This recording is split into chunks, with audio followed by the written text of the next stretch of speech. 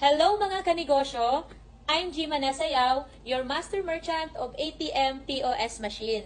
And now, I would like to share with you the presentation of our SuperPOS ATM machine and other services. And this is our legalities. Registered po tayo sa Bangko Sentral ng Pilipinas or BSP, Security Exchange Commissions, and BIR.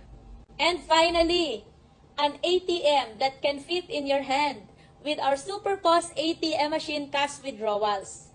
Yan. So, ang kagandahan nito, ito po yung ating portable ATM POS machine. Yan. So, ito po yung ating mga features. So, ang maganda po dito, once na nagustuhan mo yan or nag-avail ka nitong ating ATM POS machine, so, kung may store ka or shop, you can upgrade your store or shop to accept cashless payment via ATM, debit card, or cash out. So, pwede rin po ito sa mga home-based businesses, pwede sa mga sari-sari stores, convenience store, pwede ka, kung ikaw ay online seller, pwede ka rin po mag-avail niyan. GSAT or Signal Store, pwede rin po yan sa bakery, coffee shop, and mga restaurant, mga cellphone shops, computer shops, or internet shops.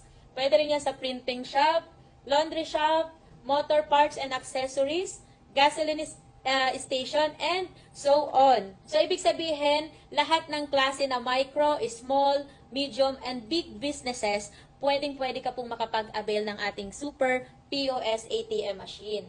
Ang ating ATM machine po is meron siyang features na ATM cash withdrawals. Pwede rin po tayo dito mag-balance inquiry, pwede rin tayo dito mag-credit card advance, at pwede rin po tayo dito magkaroon ng payment center. So, ito pong POS ATM machine is highly needed for the area na marami pong purpose beneficiaries. Then, this is POS po ay regulated by Bangko Sentral ng Pilipinas or BSP and BancNet. So, ibig sabihin po, kikita ka ng additional sa mga transactions sa POS mo and kumita ka sa products mo, dun sa store mo, plus kikita ka pa rin sa POS transactions mo once na nakapag-avail ka nito. So, as a merchant po, magkakaroon po kayo dyan ng income. So, per transactions po niyan, every customers po na nagwi-withdraw, nagka-cash withdrawal sa inyong sa inyong machine or dun sa inyong shop, per transactions po, meron po yan service charge na 35 pesos. So, dun sa service charge na yan, dito po kikita po kayo diyan ng 14 pesos dun sa merchant. Okay po. So, kung halimbawa ikaw ay isang merchant at nagtatransact ka per day or mayroong customers na nag-withdraw sa iyo ng 100 customers, so, dito po, kikita ka dito ng 100 times 14 pesos. So, kikita ka dito ng 1,400 a day, times natin sa 30 days. Ang potential income mo dito, 42,000 per month. Then, meron din po tayong 5 pesos balance inquiry. So, sa ating balance inquiry naman, sa ating POS, is 0 po yung charge ng ating balance inquiry. Pero dito sa atin, it's up to you naman kung maniningil ka sa client mo ng 5 pesos. So, if ever maningil ka sa client mo ng 5 pesos dun sa pagbabalance inquiry nila sa POS mo, yan po, example, 5 pesos po yung income. So, what if na lang, may customers ka na 100 na nagbabalance inquiry in your POS machine. So, pwede po kayong kumita dyan ng 500 pesos a day, times 30 days, potential income niyan, 15,000 per month. So, yan yung potential income as merchant. So, next, dahil meron din po tayong airline bookings, so, nakakapag-book po tayo local at saka international booking. So, meron tayong tinatawag na local booking or local flight. So, pwede po kayo mag-markup dyan ng 500 pesos markup. So, dito po, halimbawa na lang may dalawang nagpa-book sa'yo sa isang araw, diba? So, pwede po kayong kumita dyan ng 1,000 pesos a day. Times 30 days, ang potential income niyan, dun sa local booking natin, 30,000 per month. And, meron din po tayong international booking or international airfare. So, if ever po may magpa-book sa inyo ng international na booking, dito po pwede ka mag-mark up ng 1,000 per way. Yan. So, example na lang natin, may nagpa-book sa inyo na 2 na customers. So, pwede kang kumita dito ng 2,000 a day times 30 days, 60,000 potential income per month. So, yun po yung ating booking sa local at saka international airfare booking. Yan. So, since dito po, meron din kayong ferry booking. So, eto po, nakakapag-book tayo ng To-Go Travel. So, sa To-Go Travel, every time na may customer na magpapabook sa'yo ng To-Go Travel, eto po, pwede kang kumita dito ng 200 pesos per way or per person. So, kung mayroong 3 person or may 3 tao na nagpabook sa'yo ng To-Go sa loob ng isang araw, pwede kang kumita ng 600 pesos a day times 30 days, potential income niyan 18,000 per month. Plus, ang maganda dito, meron din tayong land arrangement or yung mga tour packages, local at saka international. So, ito, example na lang natin, Boracay package. Yan, pwede tayong mag-book ng El Nido package. Pwede tayong mag-book ng Bohol package, Davao package, yan, or international package like Hong Kong packages, Japan, 'di ba, Europe. So nakakapag-cater po tayo niyan. Ang maganda dito, once na may nagpapabook sa iyo land arrangement, pwede ka mag-mark up ng 1,000 per person o yung per transactions po 1,000 pesos per pax or per person ang kikitain mo. So kung merong dalawang client na nagpa-book sa iyo ng tour packages, pwede kang kumita diyan 2,000 a day times 30 days, potential income yan 60,000 per month. So ngayon, dito po, since meron tayo ditong documentation, ito yung tinatawag na PSA, pwede ka mag-cater niyan, pwede ka rin mag-transact ng DFA, pwede ka mag-set ng appointment doon sa ating passporting. So, every time na may tinatransact ka dyan sa mga documentation na yan, ito po, pwede po kayong kumita dyan ng 200 pesos markup income. So, sabihin na lang natin, may 3 client ka sa isang araw. 'Di ba? 200 yung kita mo. So, pwede ka pa rin kumita dyan ng 600 pesos a day. Times 30 days, potential income yan, 18,000 per month. Yan. So, next naman natin, 'di ba, meron tayong bus booking. So, every time na nagbo-book yung mga customers ninyo, like, sabi na natin, Manila to Davao, Manila to Bicol. So, pwede po kayong mag-cater ng booking yan. So, every time na may nagpapabook sa inyo na customers ninyo, ayan po, so pwede po kayong kumita dyan ng 100 pesos per passenger. So, example na lang natin, 100 ang isang pasahero. 'Di ba, nakita mo? So, what if na lang may 5 na pasahero na nagpapa-book sa'yo every day? So, pwede po kayong kumita dyan 500 pesos a day times 30 days.